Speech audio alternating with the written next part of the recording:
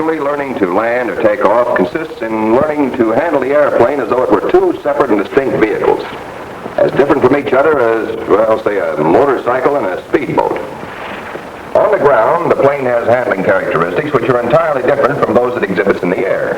And there is a transitional period when the plane is partly a ground vehicle and partly airborne. When you start your takeoff, you're taxiing. When you finish it, you're flying. When you begin a landing, you're flying. When you finish it, you're taxiing. So, in between these 2 points, you are in effect taxiing and flying both at once, in varying degrees. But don't let that worry you. Landings and takeoffs are largely a combination of other abilities which you will have learned previously. For example, you can't make good landings or takeoffs until you know how to handle the plane on the ground as well as in the air. So you first learn to taxi. At the outset, make sure that you have your seat as high as you can get it and still have full throw of the rudder pedals. If you're not very tall, you may have to use a cushion behind your back so you can comfortably operate the rudder pedals. If it seems necessary, don't hesitate to use the cushion. It'll be supplied to you upon request. Your heels rest on the deck when you're flying, taking off, or landing. But when you're taxiing, have your feet well up on the pedals so you can easily operate the brakes by pressing forward with the ball of your foot. When every detail of your cockpit check is completed and you're ready to leave the line, adjust your goggles, glance at the tower for flag or light signals to be sure you're clear to taxi out, and unlock your tail wheel. With your throttle at idling, the stick back, and your brakes full on, give your plane captain the thumbs up signal to remove the wheel chocks. Now watch your plane captain and follow his signals. He will guide you out onto the taxi strip. When the plane captain does this, he means come ahead.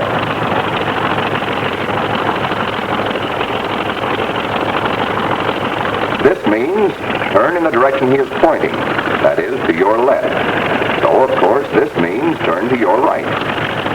This means hold your left brake for a sharp left turn.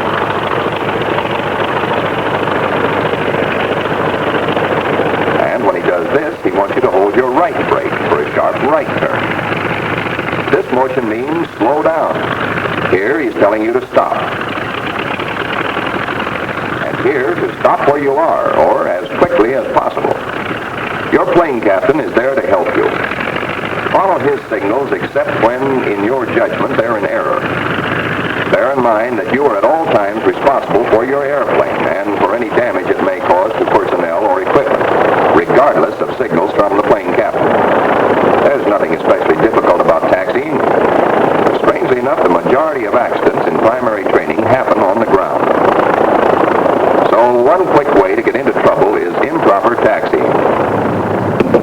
Cadet McDribble, sir. Oh, yes, McDribble.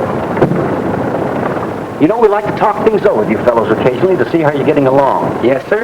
As a matter of fact, I just had a problem come up. I'd like to ask your opinion on it. Yes, sir.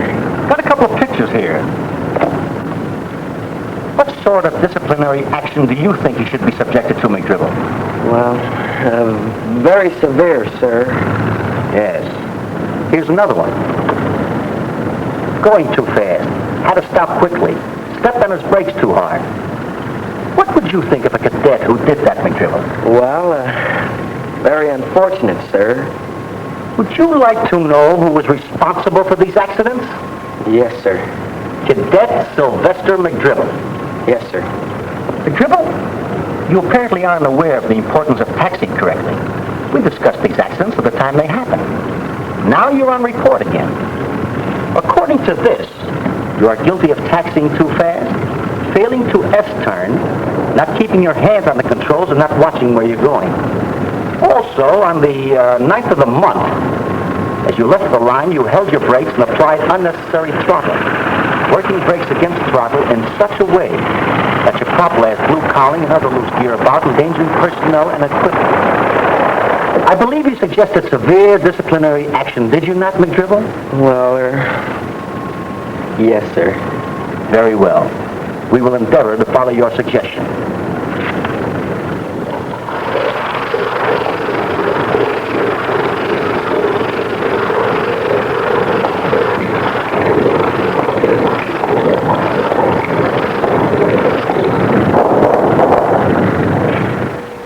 you can get into a lot of trouble through improper taxiing.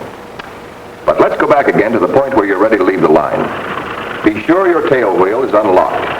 Then give it a little throttle to start it rolling. And incidentally, when taxiing, as when flying, keep your hand on the throttle at all times. Let the plane roll straight ahead for a couple of feet because it's much easier to start a turn when the plane is moving. A good pilot takes pride in using a minimum of throttle for leaving the line and for taxiing.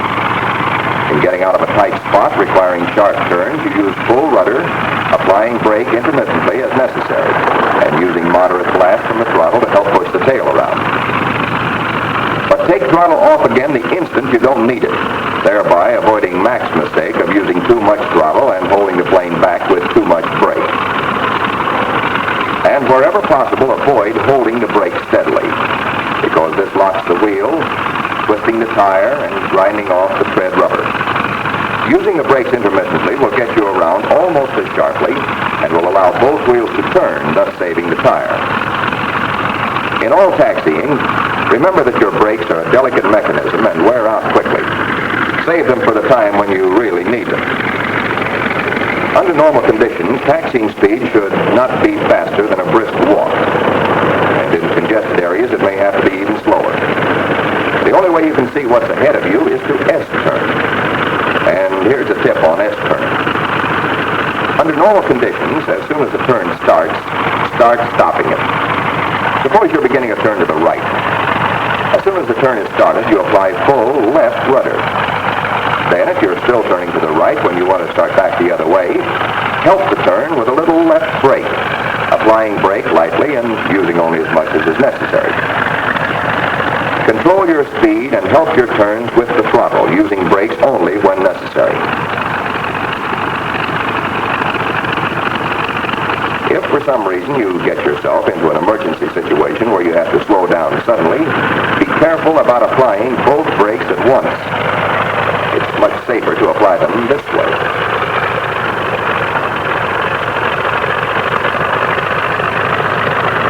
And should you ever suddenly step on your brakes and find them ineffective, try pumping them. They're hydraulic brakes and react much the same as the hydraulic brakes on an automobile. Also, under normal wind conditions, keep your stick back. If you carry the stick in a forward position, the prop blast may tend to lift the tail, particularly if you have to stop suddenly.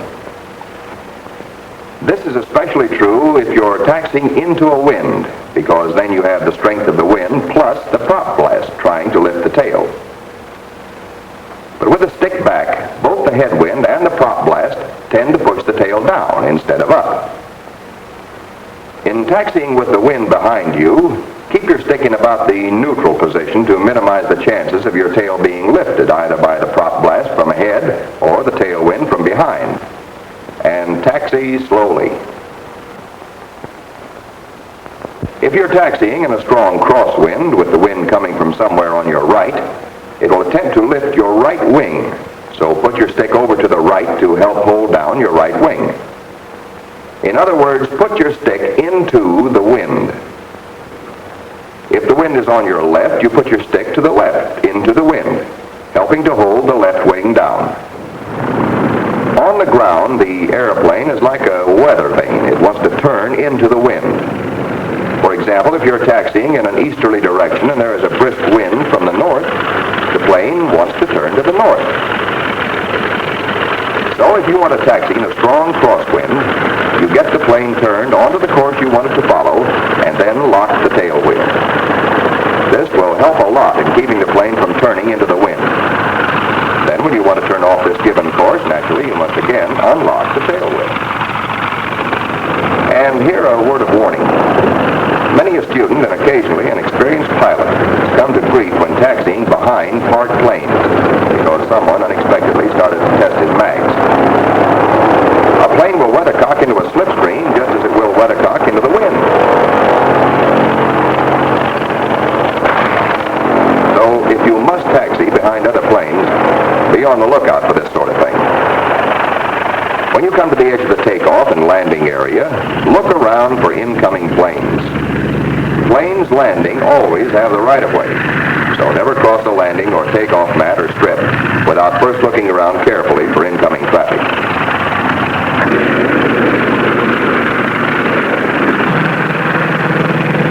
When all is clear, taxi out to your takeoff position.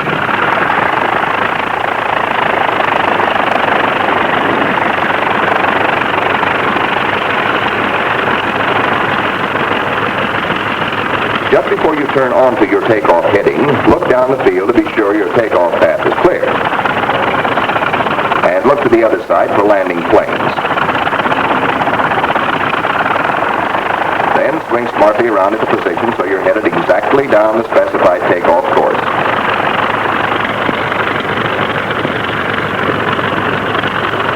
Roll ahead a few feet, straighten the tail wheel, and lock it.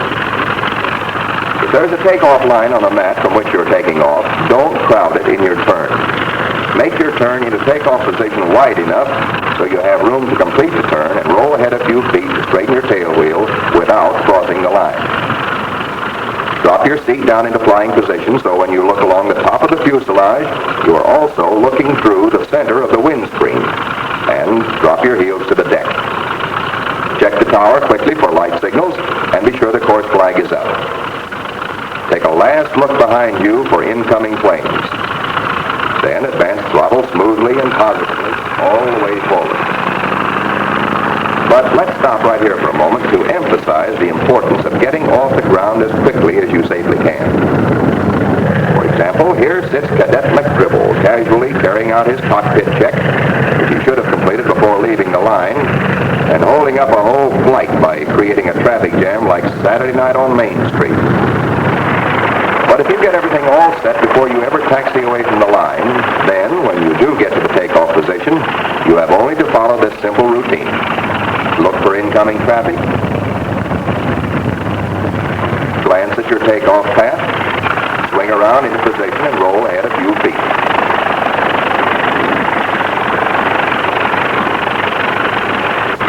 Lock your tail wheel, drop your seat to the flying position, and your heels to the deck.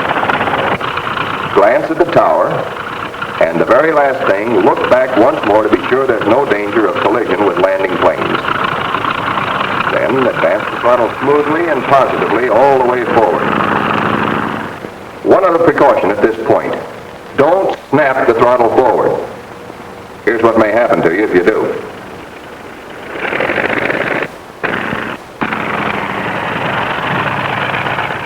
In an emergency where you suddenly needed power badly, that could be very serious.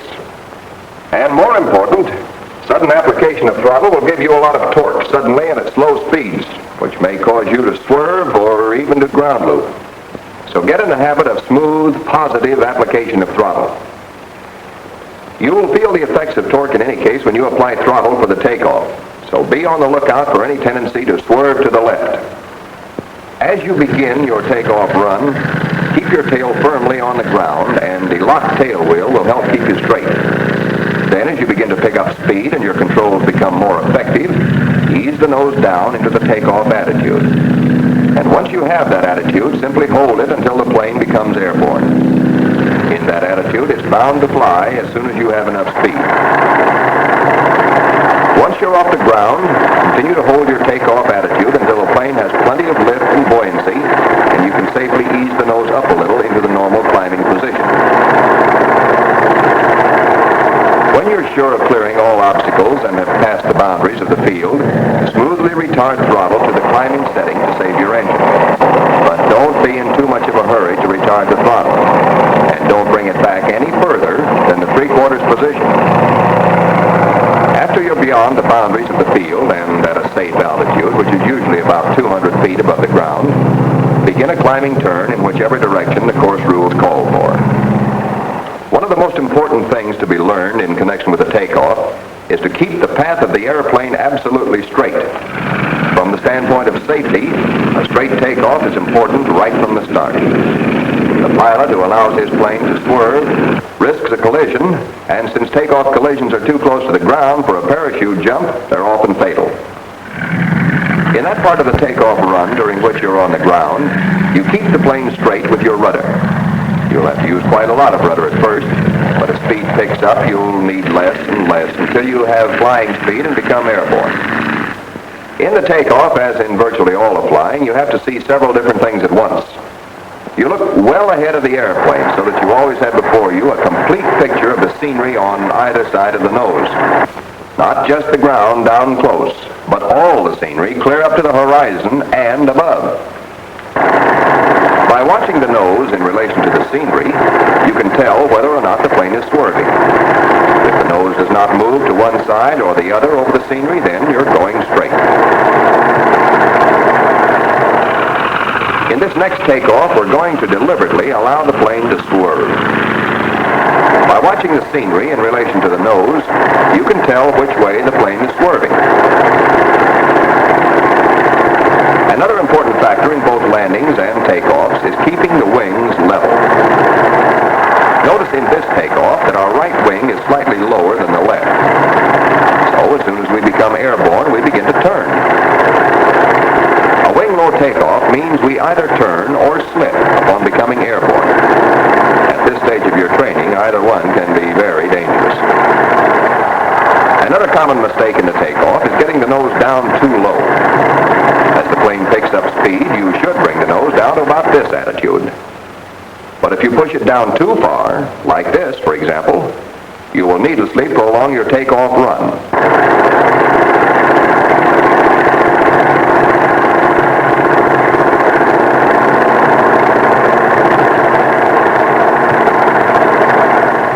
A nose-low takeoff attitude might give you a takeoff path something like this. Contrast that with the takeoff path made by a plane using the correct takeoff attitude. So, under normal conditions, the correct takeoff attitude gives you a shorter takeoff run and more altitude in less time. But let's look at the other extreme to see what happens when you try to take off with the nose too high. Suppose instead of bringing the nose down to this position, you only brought it down to here. In that case, the plane would pull up too sharply and would probably stall, bouncing you back onto the ground. Also, as we pointed out previously, when the plane is ready to fly, you need only to raise the nose slightly to help it off the ground. Even though you have assumed the correct takeoff attitude, if you raise the nose too sharply, or if you bring it up too high, you will probably cause the plane to stall, so it again bounces you back onto the ground. Still another common mistake is made by the student who gets the plane into the air correctly, raising the nose just the right amount, but fails to hold the takeoff attitude and allows the wheels to touch the ground again. So once you have it off the ground, hold it off. And except under unusual conditions, hold the nose in that same attitude until you have picked up enough speed so it's safe to ease up into a climb. Get the plane in the correct climbing attitude, which has already been demonstrated, then trim it for that attitude.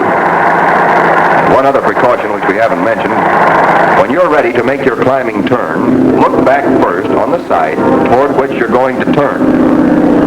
In fact, never make a turn anywhere without looking first.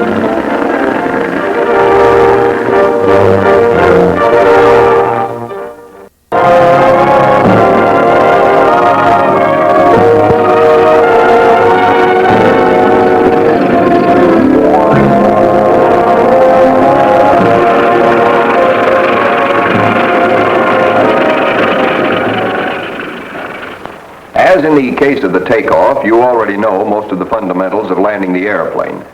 The wing level power-off stall, which was previously demonstrated, is an integral part of the power-off landing. In executing this stall, you will remember that we first cut the throttle and assume a glide. Then we ease the nose up slowly so that the stick is all the way back and the plane in the three-point attitude at the instant the stall occurs. And that's exactly what you do when you land the plane, except you so plan the glide and the stall that the plane is within inches of the ground at the instant the stall occurs, and all three wheels hit the ground at approximately the same instant. You want the plane to be traveling as slowly as possible when it hits the ground, from the standpoint of safety, and because the slower it is traveling when it lands, the shorter its landing run will be. Also, you want the plane to hit the ground on all 3 points. Why? Well, for the same reason you don't put 2 legs on a 3-legged stool. 3 points give you more stability and safety. Also, you want to get used to how the plane looks on the ground, the position of the nose in relation to the horizon, because that is the landing attitude. When you're breaking your glide and the plane reaches that attitude, it is stalling, and therefore should also be landing. We use the gliding approach to a power-off landing, but we don't want to land at gliding speed. It's much too fast for that, so we slow the plane up. How? By easing the nose up out of the gliding attitude. But slowing up the plane means that the air flows less rapidly over the wings, and that, in turn, cuts down lift. So as we bring the nose up, the plane continues to follow a downward path, even though the nose is steadily rising. The direction the nose is pointed is getting further and further from the direction the plane is traveling, until finally the air can no longer flow smoothly over the wings to form the low-pressure area. So the plane stalls and lands at the same time. Thus it lands at the slowest possible speed. And it is so designed that, properly handled, the stall occurs at the same time the plane is in the 3-point attitude. A bird lands that same way. It uses the gliding approach, then brings its nose up smoothly to slow down its glide. Finally, it settles to a landing at the same instant its wings stall, and thus it lands at the slowest possible speed. Also, a bird lands and takes off into the wind. And so, whenever possible, does an airplane. Supposing we're using this field for our landing practice, we must first determine the direction of the wind. Some fields have a wind T to indicate the direction the wind is coming from. Some have a tetrahedron. This field, it so happens, has a windsock. So, having determined the direction the wind is coming from, we try to visualize the direction of the wind in relation to the field. Obviously, we can't land directly into the wind unless we have the wind direction well in mind.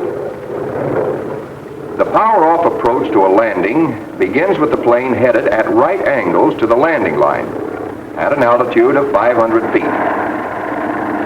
At about this point, we cut the throttle, assume a glide, and start a turn in toward the field. Also, we trim the plane to help us hold the correct gliding attitude and speed. As we approach the new heading, we start to roll out of the turn so that when the wings are level, we are headed directly into the wind. With our heading established, we must now keep the plane absolutely straight.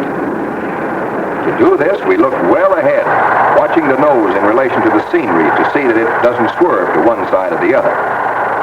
We want to keep it exactly on heading. And, just as important, the wings must be level and must remain level. Try to see the whole picture, your wings and your nose, in relation to all the scenery within your range of vision and in relation to the horizon.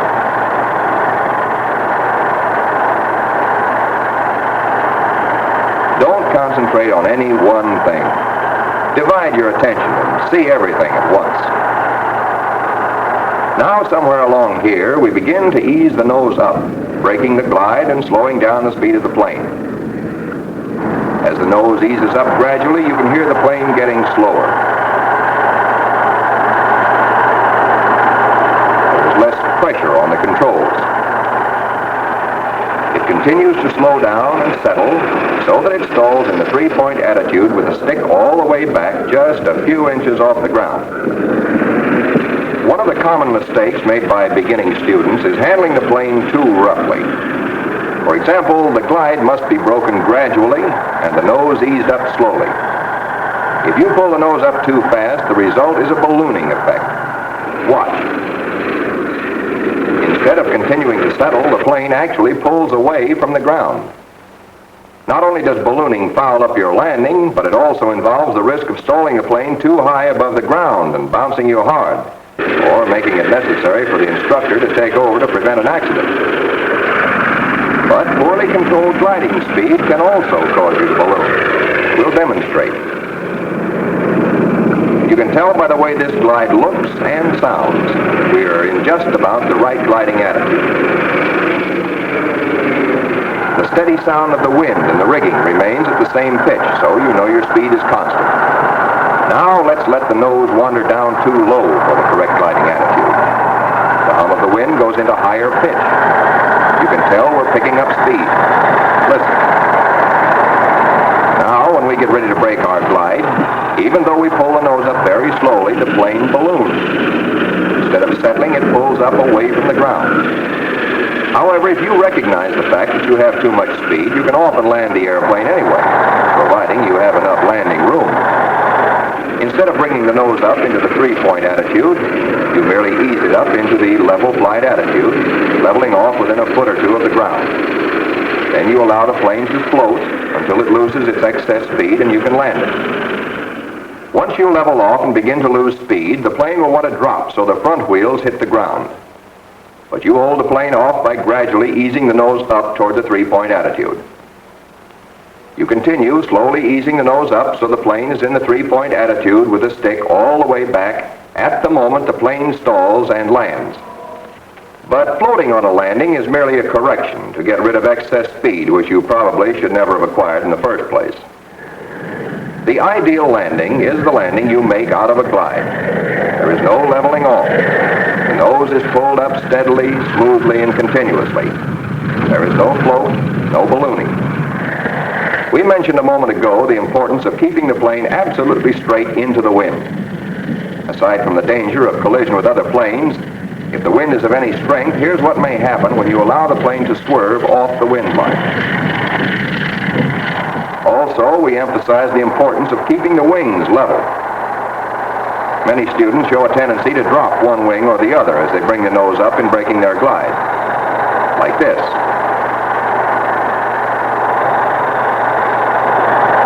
One wing down means you're either swerving or slipping. You land on one wheel, which again involves the risk of ground moving. Another very common mistake beginning students make in landings is landing the plane too high. This can happen in either one of two ways.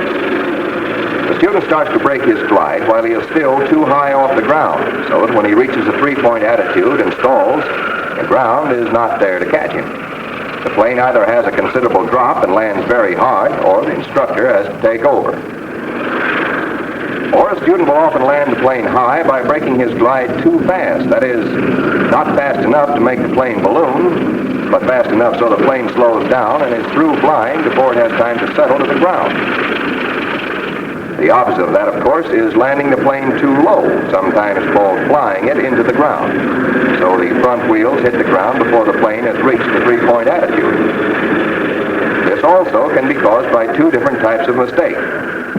Either by breaking the glide too late, so there isn't time to bring the nose up into the three-point attitude before the wheels hit the ground, or even though the student starts breaking his glide early enough, he may still make the mistake of flying the plane into the ground by bringing his nose up so slowly that the wheels hit the ground before the plane has reached the three-point attitude. Some students get the idea that there is a specific point or altitude at which they must always break their glide. But this is not the case. There is quite a space in the lower part of your gliding approach during which the glide may be broken. Within limits, it is not so much a case of where you break your glide as how fast you break it. For example, if you start to break your glide high, but bring the nose up slowly enough, continuously coordinating attitude with altitude, you can make a good landing despite the fact that you started to break your glide high. If, on the other hand, you start to break the glide low, but bring the nose up rapidly, although not so fast as to make the plane balloon, you can again make a good landing despite the fact that you started to break the glide low. Landing the plane is strictly a matter of sight, sound, and pressures. You have to feel it in. You have to train your senses so that you know exactly how far you've progressed toward the stall so that you'll know just when to land the plane. In order to know these things, you must be relaxed but alert. If you're all tensed up, you can't feel what the airplane wants to do. It's perfectly natural that you may tend to tense up on your first few landings. But the sooner you can counteract that tendency, the sooner you'll be able to land the airplane and take it off successfully. And whatever you do, avoid the mistake of our friend McDribble, who believes that the landing is completed once he has the plane on the ground. Good.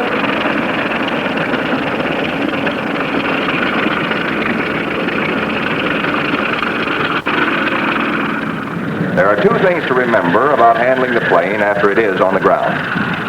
Keep the tail firmly on the ground by keeping the stick all the way back. And keep the plane straight. When you've slowed down to approximately taxiing speed, put your feet up on the pedal so you'll be ready with the brakes in case you need them. But keep the plane rolling straight clear to the edge of the takeoff and landing area so you won't get in the way of other planes which may be landing or taking off near you. Raise your seat for taxiing, unlock your tail wheel, and before you turn, look back on the side towards which you're going to turn so you won't cut into anyone.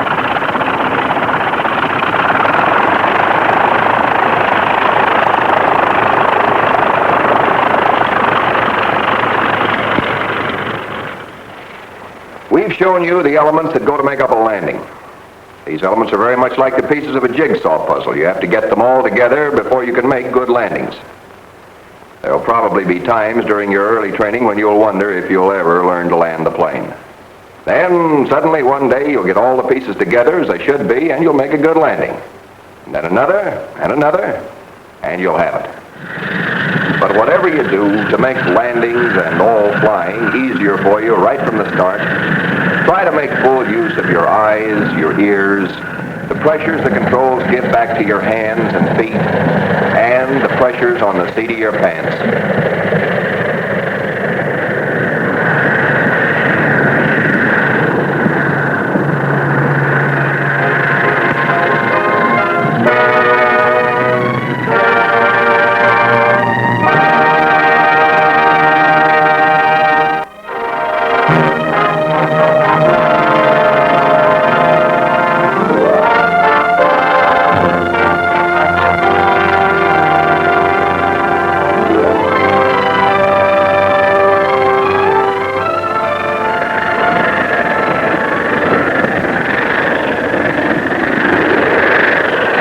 Landing begins with an approach.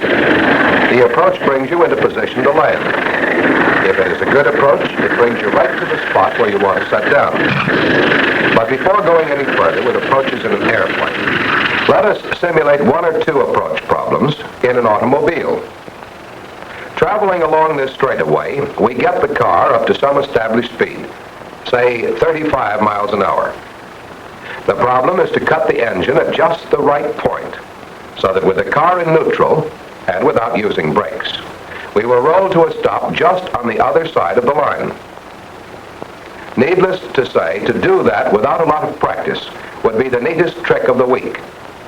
But we can make the problem a lot easier if we bend our approach path around so we make a 90-degree turn onto the final leg of our approach. Now suppose that after cutting the throttle, we find we're slowing down too fast. We simply turn in sooner, varying our rate of turn so we end up just over the line. On the other hand, suppose that after cutting the throttle, we find we have too much speed. In that case, we delay turning in, and then turn in gradually, using up as much speed as possible in the turn to avoid overshooting. We can make 100 variations in where we start the turn and in the rate of turn. And if we were to straighten out these various paths, we would see that each variation actually changes the distance the car travels. So we can compensate for a shortage of speed by turning in sooner and cutting down the distance we travel. Or we can use up an excess of speed by delaying our turn and increasing the distance we travel. Now let us replace the automobile with an airplane and the lines with the edges of a landing field. We put the airplane into about the same approach position as we did the automobile, but at an altitude of 500 feet. And we cut the throttle.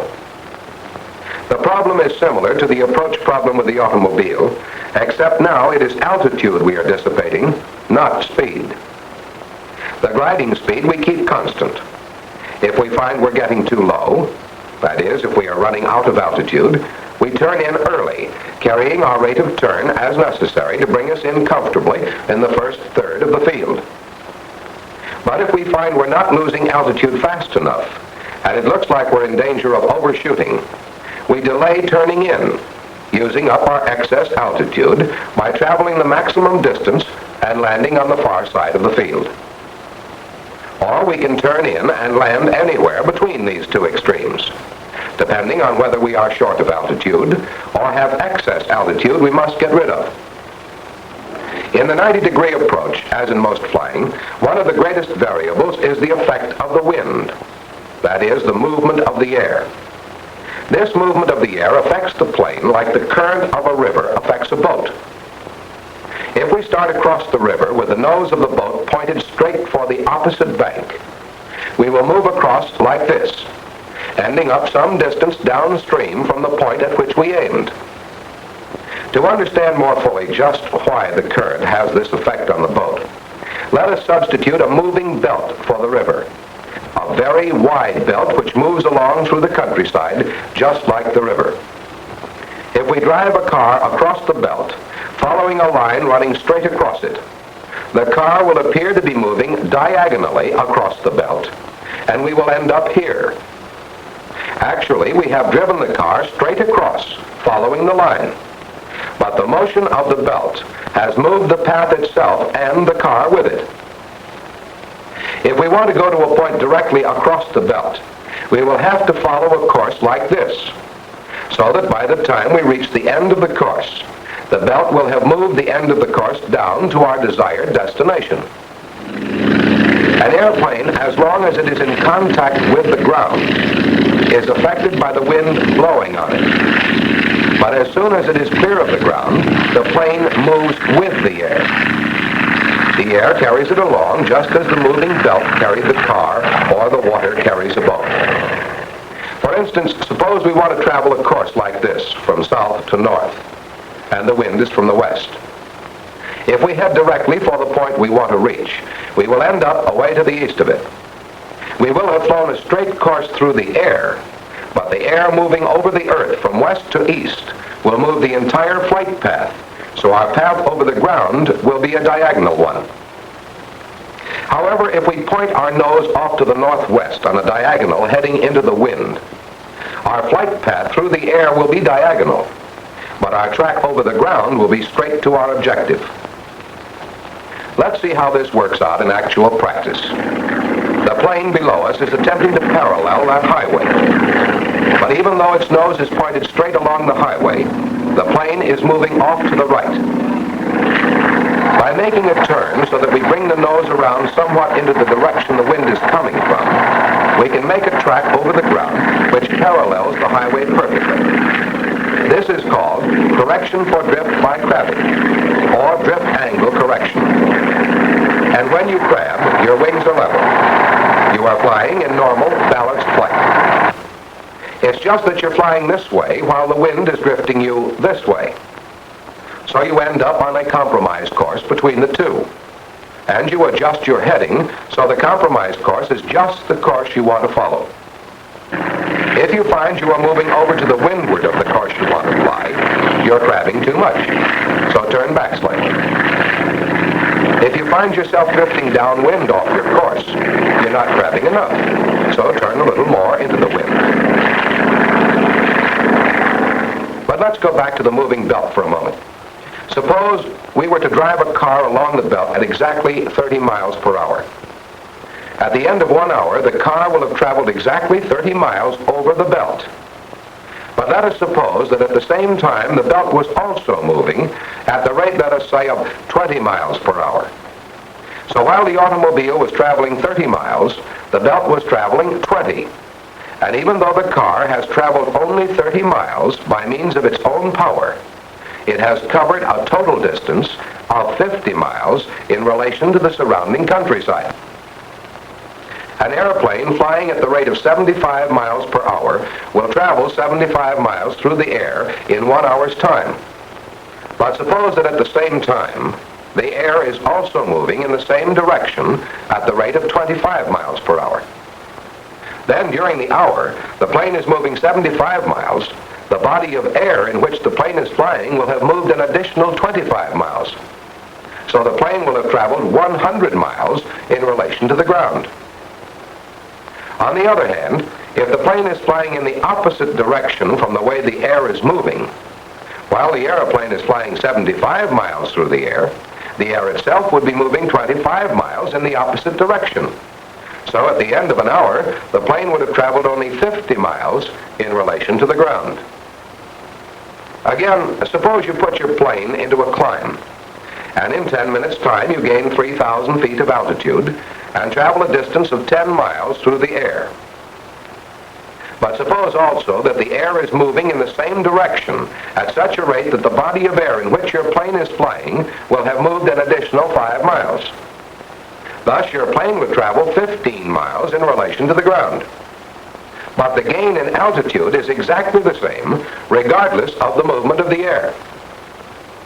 On the other hand, if you are flying in the opposite direction, while you are traveling a distance of 10 miles through the air and gaining 3,000 feet of altitude, the body of air will have moved you back 5 miles, so you will have traveled only 5 miles in relation to the ground.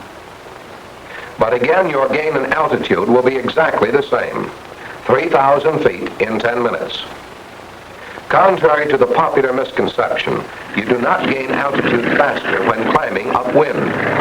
You gain exactly the same amount of altitude in a given period of time, and your climbing altitude is the same whether you are climbing upwind or downwind or in no wind at all.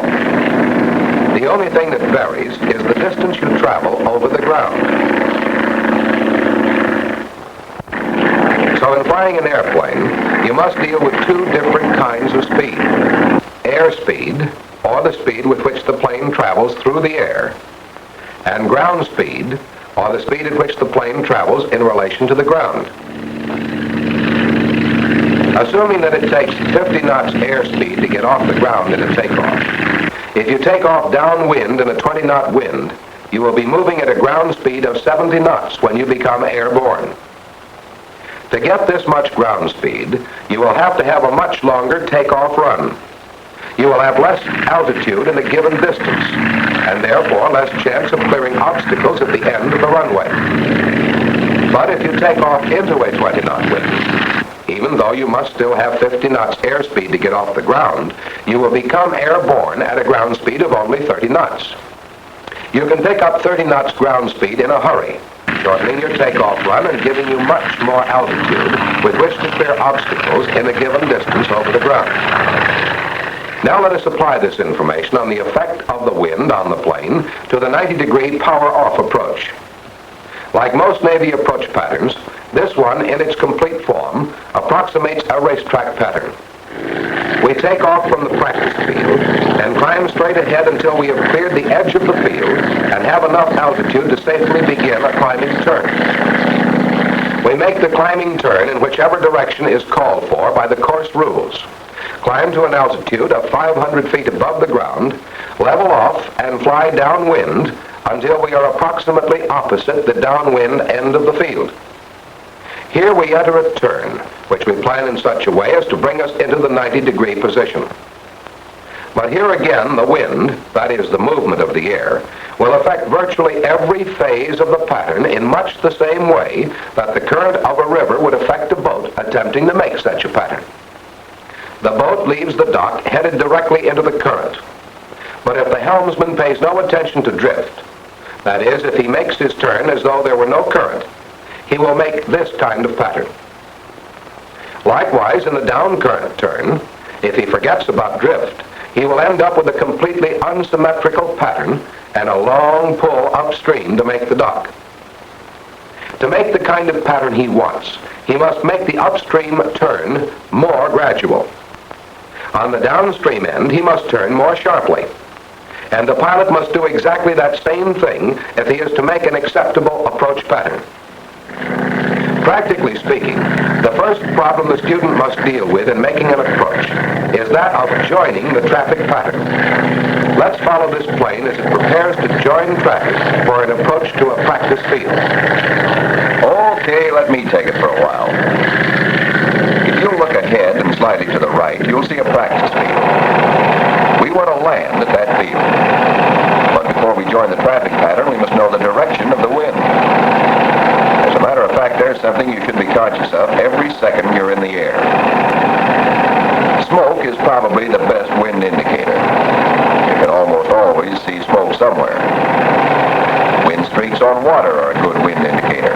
So are grain fields and trees or windmills. know the direction of the wind, you can tell which is the upwind end of the traffic pattern. You have to know this because that's where you enter traffic. If you're back here at, say, 1,000 feet, you'd be able to plan ahead, letting down to the required altitude, 500 feet in this case. At the same time, you're maneuvering to enter traffic. From this point, you can enter traffic anywhere along the upwind end of the traffic pattern, but you must enter at a shallow angle to the direction of flow of traffic. If you were approaching the field from out in this direction, you would circle the field, staying wide until you were down to 500 feet and in position to enter traffic at the upwind end of the pattern. Or suppose you were approaching the field from out here. Instead of going clear around the field, you can make a wide turn, bringing you into position to enter the pattern at a shallow angle at the upwind end of the pattern. As we get closer to the field, you can get a better look at the planes already in the traffic pattern. After takeoff, they climb out of the field at the upwind end. They have the right-of-way. It's up to you to get space between the planes already in the pattern, so you won't interfere with them or they with you. For instance, here you have one plane climbing out of the field and another one landing. By turning out a little to give the first plane a chance to get ahead of you, you can get yourself comfortably spaced between the two. Once in the pattern, you have plenty to think about. First, keep the plane at an altitude of 500 feet above the ground, but not by staring at the altimeter. Merely glance at it occasionally and make the necessary adjustment in the attitude of your nose. Holding altitude is a matter of constant correction. Your principal problem in the 90-degree approach is to get yourself into a favorable position for cutting your throttle. For instance, suppose you make your upwind turn too sharp so you're too close to the field on the downwind leg. Unless you make some correction, you'll be here when you cut your throttle. To lose your altitude, you'll have to glide clear over to the far edge of the field. If you turn in any sooner, you'll overshoot badly. So when you make this kind of pattern, you are limiting your possible landing area to a narrow strip along the far edge of the field. You're liable to get fouled up with traffic, and you're allowing yourself almost no opportunity for corrections. On the other hand, if you make your upwind turn too shallow and do not make some correction, you will be here when you cut your throttle. And if you're lucky, you'll just make the field. Again, you're limiting your landing area to a narrow strip, this time on the near side of the field, because you simply don't have enough altitude to glide any further. But suppose you get yourself spaced correctly on your downwind leg and you're doing fine until you start your turn too soon. Unless you make a correction, you'll be at this point when you close your throttle, much too close to the field. You'll have to use up your altitude by gliding along parallel to the field, bringing you down clear over on the far side, and again limiting your available landing area to a narrow strip. The reverse of this, another common mistake, results from starting your turn too late, so you cut your throttle here. If you're going to make the field at all, you'll have to turn in sharply and head straight for it. But to a considerable extent, learning to fly is a matter of learning to recognize your mistakes and correct them in time. If you turn too sharply at the upwind end of the pattern, make a correction by widening out on the downwind leg to bring you into a favorable position at the 90-degree point. If you've made your upwind turn too wide, slice in on the downwind leg.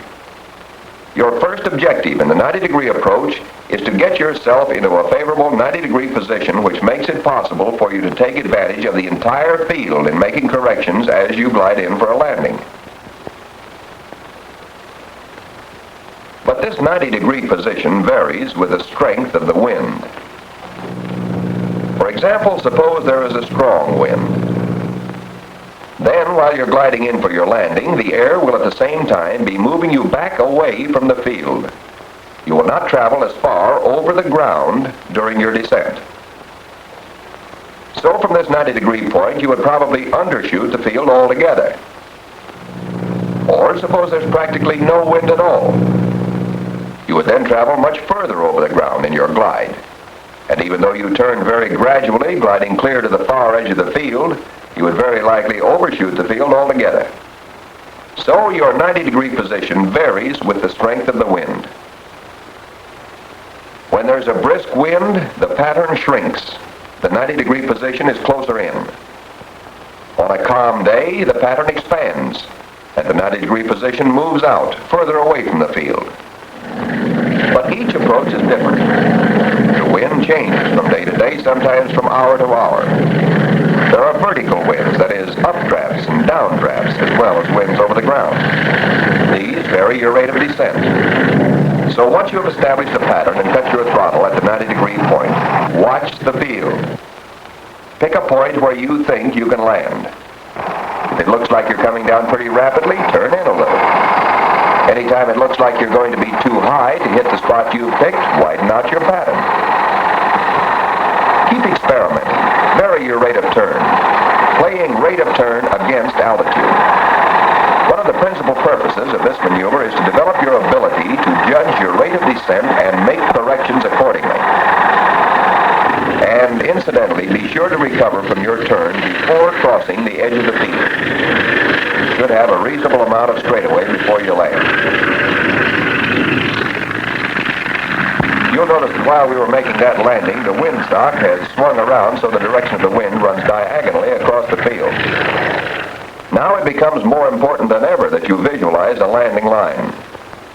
Pick a couple of points, a clump of trees perhaps, and one corner of the field, and imagine a line between them which parallels the direction of the wind and can serve as a landing line. Then your entire approach pattern is built around that landing line. Your downwind leg parallels your landing line. You begin your downwind turn when you are abeam of the spot where you intend to land, and you cut your throttle when you're 90 degrees to your landing line. Now try to visualize your possible landing area. Obviously, you can't land here or here. There isn't enough room. But you do have a large area on either side of the landing line where you can sit down. By selecting a landing line in the center of your landing area, you give yourself the longest possible landing line and the maximum opportunity for correction on either side of it. The racetrack pattern and the 90-degree approach are the beginning of all pattern flying. In this maneuver, you learn merely to hit a field without power. Next, you'll be able to hit a runway with power. Then pretty soon you'll be hitting a 200-foot circle from 800 feet. And it won't be long after that before you'll learn to get into a very small field from a cut gun at 1,000 feet. All in preparation for the time when you may have to make a power approach to the rolling pitching deck of a moving carrier, or a jungle strip barely long enough for your landing run, and more than likely out of the wind. The racetrack pattern and the 90-degree approach are the first steps toward all that, toward developing your ability to visualize a flight path through the air and to fly that exact path so you can make the plane do precisely what you want it to do and set it down on a dime. Okay, let's go.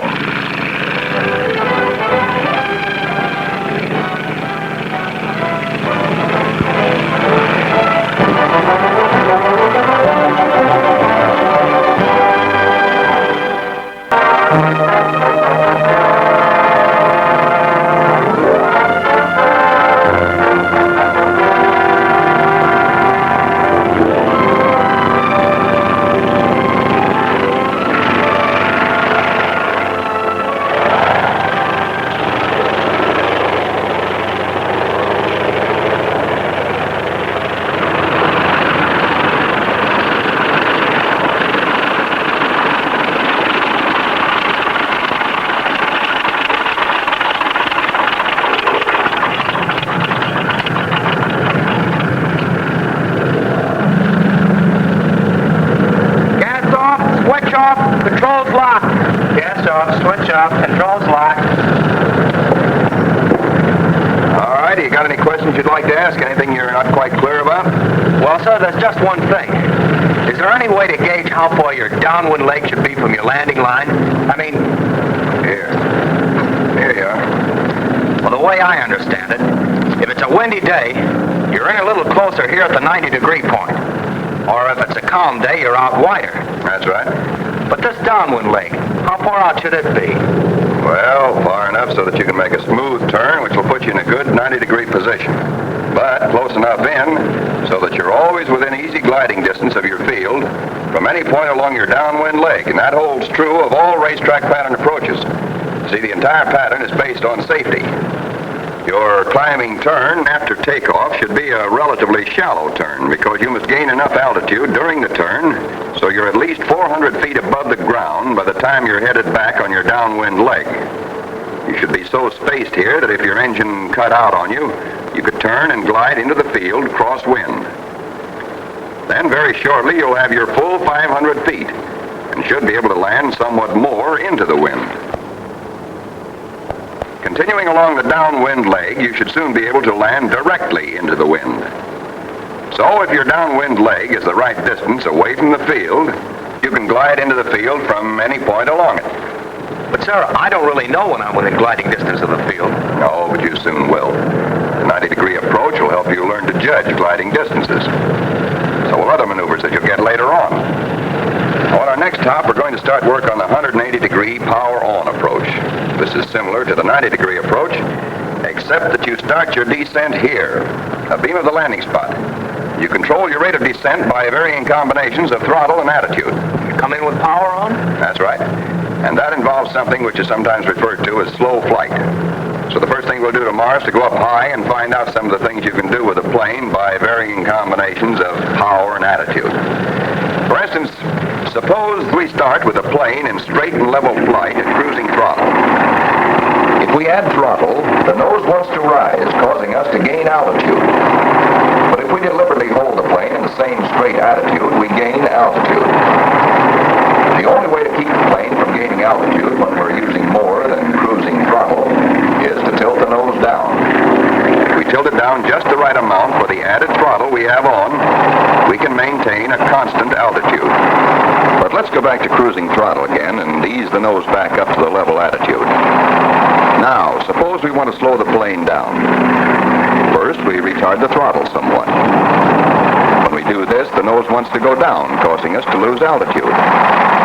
If we deliberately hold the plane in the same level attitude we started with, as soon as the speed falls off, we'll start to lose altitude. If we want to maintain the same altitude and still travel at a slower speed, we'll have to tilt the nose up. The slower the speed, the higher the nose will have to be if we're to maintain altitude up to the point where the plane stalls. Now we're in slow flight, that is, slower than gliding speed, but with the plane safely under control and not too close to a stall. You see, with power on, most planes will fly a little more slowly without stalling. Notice the position of the nose and wings in relation to the horizon. Get used to the sound and feel of slow flight. Now, suppose we want to lose altitude and still keep power on. We take the throttle back still further. At this point, you must be doubly conscious of the feel of the airplane. Don't let it get too slow or too fast. If it seems to be getting too slow, ease the nose down a little. If the plane seems to be picking up speed, ease the nose up a little. If you want to lose altitude faster, take off still more throttle. And, if necessary, ease the nose down slightly to maintain speed. If you want to slow down your rate of descent or stop it altogether, add throttle. You see, in a power letdown, that's what we call this method of losing altitude, you're working with 4 factors. 2 of them you control directly. The attitude of the plane you control with elevators, ailerons, and rudder. The power you control with the throttle. What you do with attitude and power determines your airspeed and rate of descent. Forgetting, of course, about convection currents and other air conditions like that. If you change one of these without changing the other, you change both airspeed and rate of descent. But if you change attitude and power in the proper relationship to each other, you can vary your rate of descent and keep your airspeed constant. Or you can vary your airspeed and keep your rate of descent constant. So, you see, it's a matter of coordinating attitude and power. In a power-off glide, you have one correct attitude, one throttle setting, and therefore one airspeed and one rate of descent. In a power letdown, you have your choice of a whole range of attitudes and throttle settings, permitting you to maintain a safe but well-controlled airspeed while getting the exact rate of descent that you want. Now let's apply slow flight in the power letdown to the 180-degree power approach. You remember the 90-degree approach, we cut the throttle at the 90-degree point, and we can land anywhere in the first third of the field. In the 180-degree power-on approach, we must hit a specific predetermined landing spot, and we must approach the landing spot on a predetermined landing line. But we use throttle in varying amounts all the way down. On the downwind leg, we get the plane well slowed down. Then at the abeam point, we begin to lose altitude, adjusting rate of descent and rate of turn to set us down on the predetermined landing spot. In actual practice, the upwind half of the 180-degree pattern is the same as the 90-degree pattern until you're about halfway along the downwind leg. By this time, you have your 500 feet of altitude, and you're in straight and level cruising flight. Your problem now is to slow the plane down. This you do by retarding throttle to a point well back of the cruising setting and gradually raising your nose to the slow flight attitude. Get your speed down to less than gliding speed, but with the plane comfortably under control and not too close to a stall. Raise or lower your nose as necessary to keep this speed constant. And if you start to lose altitude, add a little throttle. You must keep your 500 feet of altitude until you reach a point abeam of your landing spot. Meanwhile, of course, be sure that you're applying a course parallel to your imaginary landing line. And while you're flying this downwind leg, pick the spot you want to land on. When you're abeam of your landing spot, you begin your descent by taking off still more throttle. At the same time you do this, begin a gentle turn and ease your nose down a little, or up, as necessary to keep your airspeed from getting too slow or too fast. Your attention must be divided, but you will want to keep a fairly constant watch on your landing spot. If it looks like you're going to overshoot it, take off more throttle. If it looks like you're losing altitude too fast, add a little throttle to slow down your rate of descent. Plan your rate of turn so you recover to straight flight before you cross the edge of the field, so you'll have plenty of time to get squared away on your landing line. You're probably already in a nose-high attitude at this point, so you have only to bring the nose up a little to reach the landing attitude. You do this when you're fairly close to the ground. Then, just before you touch your throttle and make a normal, full stall, 3-point landing. Of course, some students have trouble at first in recognizing their rate of descent in relation to their landing spot. For instance, assuming that we're spaced out just about the right distance as we begin this approach, let's stop for a moment and look at our intended landing spot and the field from this abeam position. Imagine that this pad is your landing field. If it looked like this to you, you'd know you're pretty well spaced on it for the amount of altitude you have. If it looked like this, you'd know you were too close in for your altitude, in fact, almost directly above it. If it appeared flattened out like this, you'd know you were too far away for the amount of altitude you have. But bear in mind that it's always the angle at which your line of vision meets the ground that tells you how you're spaced. It's the way the landing field and the ground look to you, and not the relationship of your wingtip to the landing spot. If you use your wingtip for a reference, it'll fool you with every change in the attitude of your plane. So watch the landing spot and the ground and forget about your wing. Now, assuming that this is about right for the abeam position, if the field and landing spot looked like this, you'd know you were too close in. If they looked like this, you'd know you were too far out. So here we're spaced just about right. Now, as we begin our descent, watch the landing spot. Don't let the field flatten out too much or move over under you.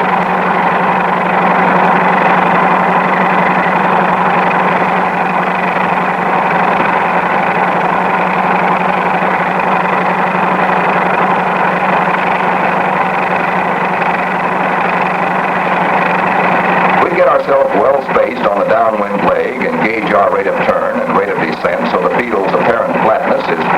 the same all the way down, our approach should be a good one. And slight adjustments in throttle and attitude on the way down should make it possible for us to hit our intended landing spot without any trouble. You see, the 180-degree power approach is very important. You'll use it for all your landings at the base field, and you'll use it almost exclusively in practically all types of service aircraft, because the power approach gives you positive control over your rate of descent and makes it possible for you to select in advance the exact spot where you intend to land. And incidentally, one mistake that's caused a number of boys to spin in. You're coming down in a power letdown, but you don't think you're descending steeply enough, so you take power all the way or most of the way off. And you don't make enough of a change in your attitude, which leaves you in a nose-high attitude without enough power, and you begin to mush badly. In a matter of seconds, they meet, and you stall. At low altitudes, there usually isn't time to recover before you hit the ground. The only way to be safe in slow flight in the power letdown is to know the sight, sound, and feel of the plane at various airspeeds and various attitudes.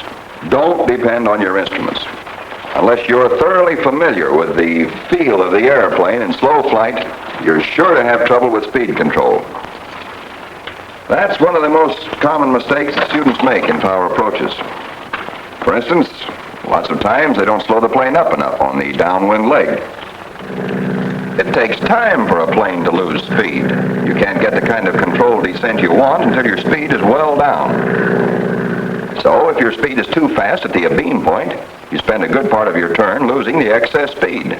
And it's only after you've used up quite a lot of your turn that you begin to lose altitude. So you either overshoot your landing spot altogether, or you have to descend too sharply once you do get started. In any case, it's not a good approach. Another mistake in speed control is letting the plane get too fast, especially during the latter part of the approach. Remember, when you pick up extra speed, you somehow have to get rid of it. Usually, you do this by floating. Instead of hitting your landing spot, you float right over it and land somewhere beyond, making this anything but a precision maneuver. On the other hand, if you let your plane get too slow during your approach, you're running the risk of spinning in. And in any case, if you're too slow at the end of your approach, when you cut your throttle, you won't have any reserve buoyancy. So the plane will probably drop short of your landing spot and bounce hard. Another common mistake is to allow the plane to get too far downwind, so it has to be dragged in on the throttle. If you find yourself too low toward the end of your approach, there's something wrong with your pattern, or else your rate of descent was too fast earlier in the approach. So far, we've made all our takeoffs and landings directly into the wind, but you won't always be able to do that. Suppose you wanted to land along a line like this, with the wind coming from out in this direction. You head directly along your landing path, but soon the wind is drifting you off to the left. So your nose is pointed this way, and your wheels want to roll this way, but you're moving over the ground in this direction. Here's what happens when you try to land that way.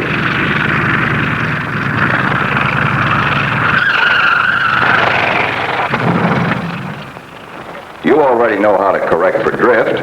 If, when you point your nose along your intended landing line, you see that you're drifting, make a turn so that you're headed somewhat more into the wind. You crab. That is, you use the drift angle method of correction. So your path over the ground corresponds to your intended landing line. But you can't land like this. You'd ground loop just as you did before. So just an instant before you stall the plane and land it, you bring the nose around so it is pointed in the direction of travel. So you land with the wheels rolling straight along the direction of travel. But how do you know when you're drifting and how much? Well, the wind tee or sock will usually tip you off when to watch for drift, but don't depend on them. As soon as you've turned onto your straightaway, get your wings level, look well ahead, and watch the way the scenery looks in relation to your nose. If you seem to be sliding sideways across the scenery, then you're drifting. Make a small turn into the wind and level your wings again. If, with your wings level, you seem to be sliding straight along your landing line, then your path over the ground coincides with your landing line.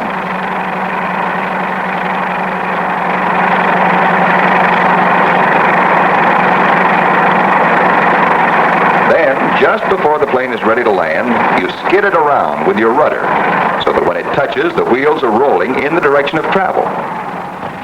Your biggest problem will be to know just when to bring the nose around. Here's what happens when you bring it around too soon. Even though you've been making a straight path over the ground, bringing the nose around too soon gives the plane time to start drifting before you land. Consequently, you land while drifting, so you might as well not have bothered to correct the drift in the first place. The other extreme to bringing the nose around too early is bringing it around too late, so you land while still partially in a crab. And as for knowing just when to bring the nose around, there's only one way you can do that. You've got to be able to feel when the plane is ready to land. But there's another method of correcting for drift on landing. You get your nose pointed straight down your intended landing line, with your wings level, and you look for drift. If you're getting any, ease the windward wing down slightly by applying aileron. Naturally, this will tend to make the plane turn to the windward, but don't let it. Keep the nose straight by applying opposite rudder. If you get the wing down just the right amount, the drift will stop. As you descend, you'll probably find that the amount of drift varies, so you'll have to vary your correction accordingly. Then, as you break your glide, at the same time, smoothly level your wings, being careful to keep the plane straight. The wing should be completely level at the instant you reach the three-point attitude and are ready to land. When you use the wing down method of drift correction, you're traveling through the air in this direction. And in a no-wind condition, you would make a path over the ground like this. But while you're traveling through the air in this direction, the entire body of air is moving, drifting you in this direction. So, by using just the right amount of drift correction, you can make a path over the ground to coincide with your landing path and with the direction your nose is pointed. The natural tendency once you're on the ground in a crosswind landing is to relax a little. You've got it down safely, you think. Before you can think again, you ground loop. But let's go back and analyze that ground loop. You correct for drift and make a good landing. But even though you're on the ground, the wind is still trying to lift your windward wing.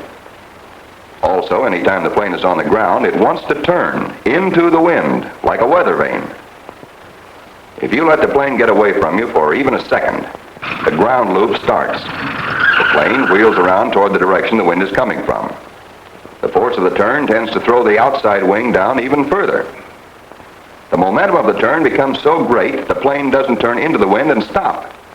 It keeps going on around. You end up by dragging a wingtip or smashing an aileron, or you may even go over on your back.